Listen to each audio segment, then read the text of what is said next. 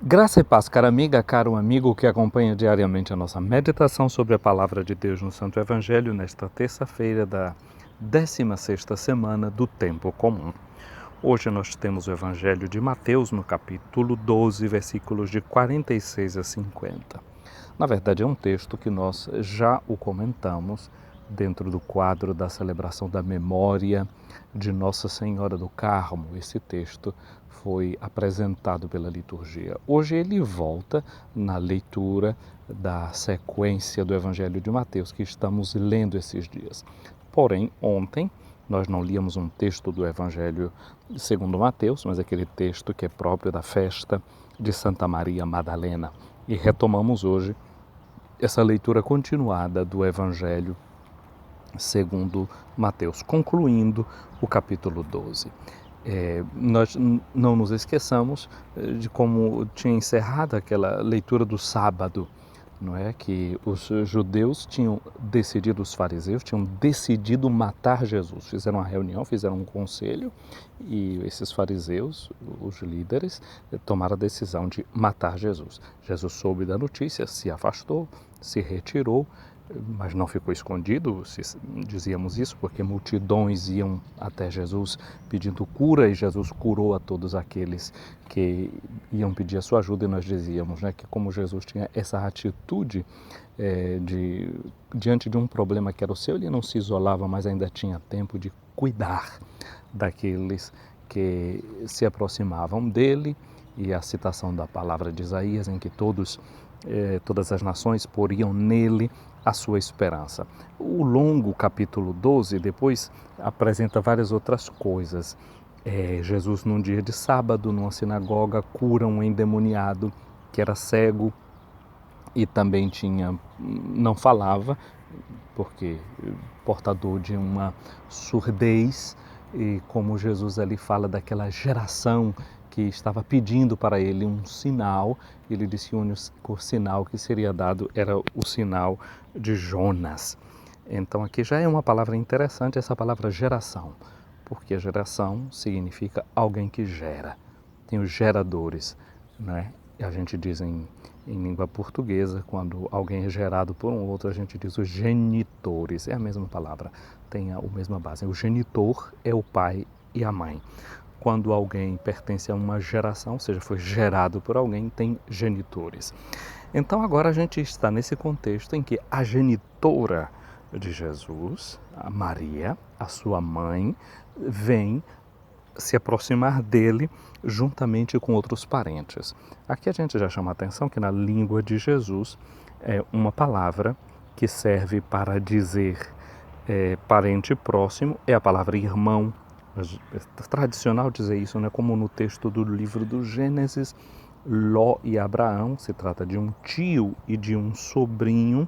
Abraão fala para Ló que não deveria haver rivalidades entre eles, porque eles são irmãos, ou seja, eram parentes próximos. Então a palavra irmão é uma palavra que serve para dizer o parente próximo. E isso é um fenômeno que acontece em várias línguas. Por exemplo, na língua portuguesa a gente tem uma palavra para dizer namorada, namorado, e uma outra palavra para dizer amigo, amiga.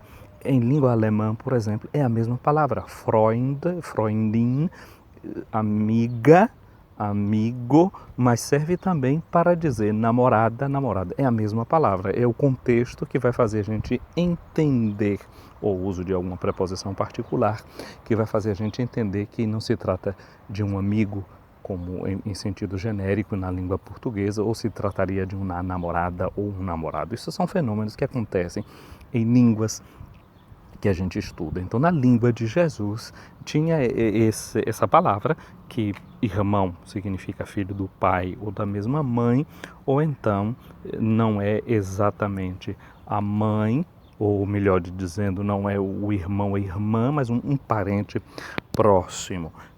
Na nossa tradição também, muitas vezes a gente ouve, né, por exemplo, em alguns, falar de mãe velha para a parteira, ou para a avó, não é, que é chamada de mãe, mãe velha. Então não é a mãe, mas é a avó, e tem esse trato da pessoa como em algumas línguas, de grand-mère, a mãe grande, é a avó. Então tem certos limites, às vezes, em uma determinada língua. Não há palavras variadas. Então, às vezes, é uma mesma palavra, com um adjetivo colocado na frente, que a gente sabe que está falando de um outro grau de parentesco.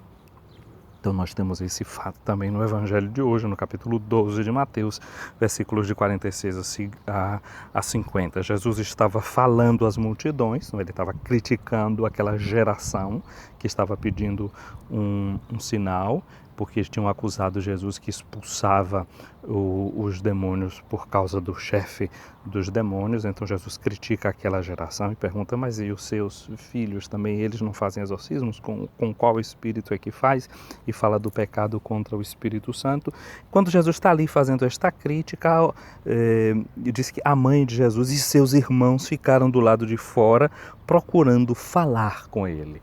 É claro que aquela notícia de que queriam matar Jesus foi uma notícia que se espalhou e seguramente chegou também à mãe de Jesus, aos seus parentes. Eles ficaram preocupados com Jesus, quer saber o que é que está acontecendo. O Evangelho de Marcos até diz que eles pensaram que Jesus tivesse ficado louco. Então eles vão para averiguar, para verificar, não acreditavam no que diziam os fariseus, a fofoca que se espalhava em torno de Jesus, mas eles querem ir lá para verificar. E alguém então se aproxima de Jesus e diz para ele, olha, tua mãe e teus irmãos estão aí fora e querem falar contigo. E Jesus perguntou àqueles que tinham falado, quem é minha mãe? Quem são meus irmãos? E estendendo a mão para os filhos, Jesus disse, eis minha mãe e meus irmãos, pois todo aquele que faz a vontade do meu Pai que está nos céus, esse é meu irmão, minha irmã e minha mãe.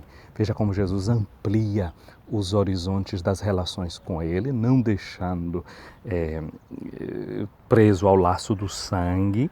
Ao mesmo tempo, ele que estava criticando aquela geração má que não sabia valorizar essa presença do reino já presente entre eles, ele dá apenas o sinal de Jonas. Ele agora também aqui indica que no meio dessa geração que tem o coração fechado ao sinal de Deus, ali ele encontra pessoas que, quase que como ele, têm a mesma origem e geração. Aqui quem faz a vontade de Deus, porque como ele também fazia a vontade do Pai, e ele nos ensina a rezar no Pai Nosso, seja feita a vossa vontade.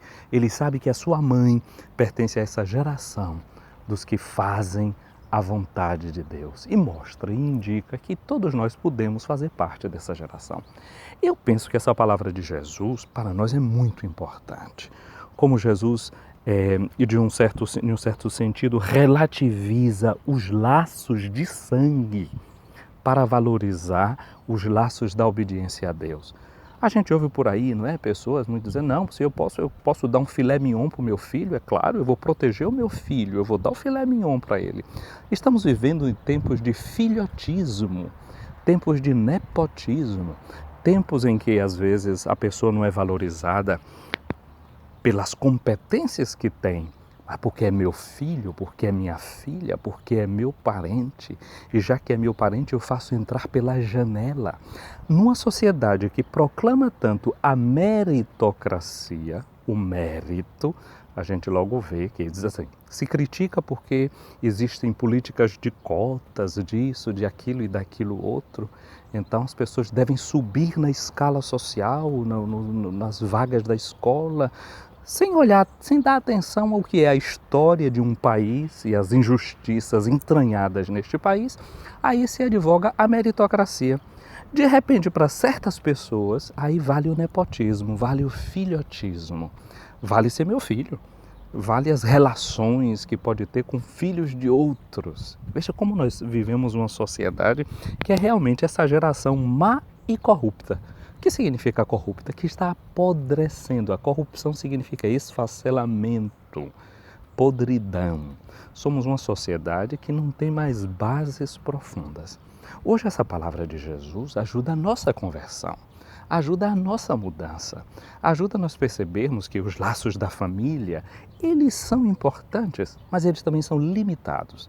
Porque você veja, é limitado porque a gente vai vendo numa árvore genealógica, chega um momento que a gente diz, bom, aqui não é mais da família, pronto, chegou o limite, não é mais da família, já não tem mais nenhum parentesco, não é mais nada meu, a gente diz assim.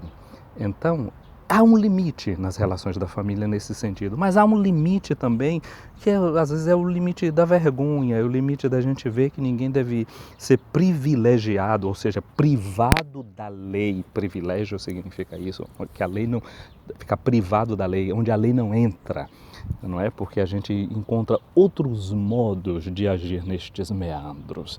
Nós estamos vivendo em tempos como este. Essa palavra de Jesus hoje nos liberta para relações que sejam mais profundas, para relações que sejam mais sérias, para relações que sejam menos descaradas.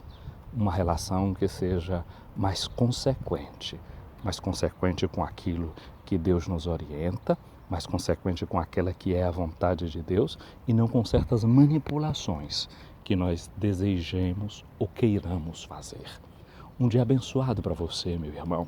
Um dia abençoado para você, minha irmã, que queira buscar, não apenas em vínculos da carne e do sangue, mas na obediência à palavra de Deus, aquelas vias que realmente devem nos aproximar uns dos outros e de Deus, que está acima de tudo e acima de todos.